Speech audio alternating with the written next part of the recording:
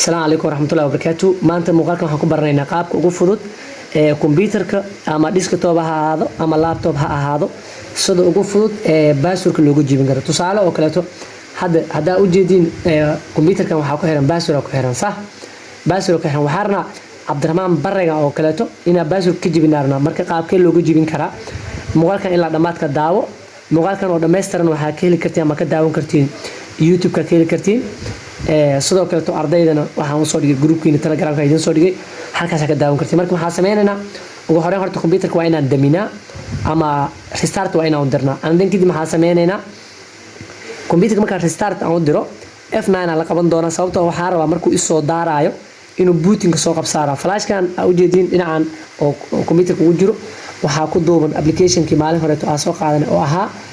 active boot disk oo loogu talagalay in lagu jibiyo baaswirada kombiyuutarada all-in-one-ka ama laptop-da waa isku mid dhamaantooda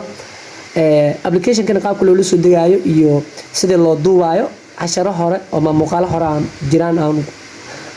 aan ka soo diyaariyay waxa ka heli kartaa YouTube-ka ka daawan kartaa linkiis wuxuu saaran yahay Telegram iyo meel ka soo saaran yahay okay waxa imaanayna start yaa leenahay marka restart anyway lana waa diminayna markuu isu soo daaraayo ani F9 aan qaban doona F9 jigsin doona sababtoo computerka markii routing numberka waxa F9 waa haduu computerka uu yahay shirkadaha kale Itel iyo uu yahay waxa qabanay F12 iyo F10 waa marka laba mid kaartid oo computer way kala duwan yihiin routing numberku kala duwan la computerka maadaama HB uu yahay waxaan taaban doona F9 aan taaban doona aniga hadduu isdaariyo way soo daarooya marka soo F9 ahaya waxa laga yaabaa wax inuu wareegto andin kadib oo soo qabsan doona sidaas soo qabsan doono ilaa uu soo qabsana iska sugeeyna anaga okay intaas marka marayno marka waxaan sameynaynaa waxa leenahay administrator oo kale tan password ka jibinayna next yaa leenahay administrator-kan andin kadib calaamadan password-ka mujida jeega saaran inta jeega ku saaran marka apply waxa la leenahay andin kadib next yaa leenahay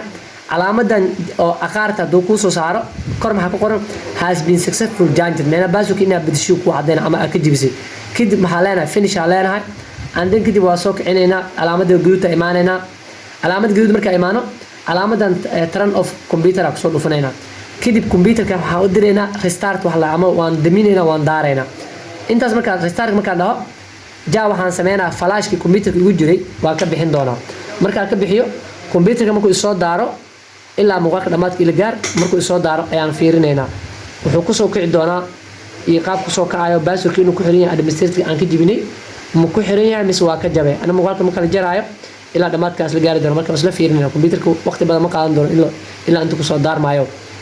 waqti iska yar waa kala computerka waa daaraya marka aniga waxaan ka jibinay Soomaali administrator aan fiirino marka kaliya hadaan ano muxuu leeyahay welcome soo dhawo hadayna password ku xirnaa xogna kaama bixin computerkin password iska jibisay jaa marka sidaas wax ku haystaa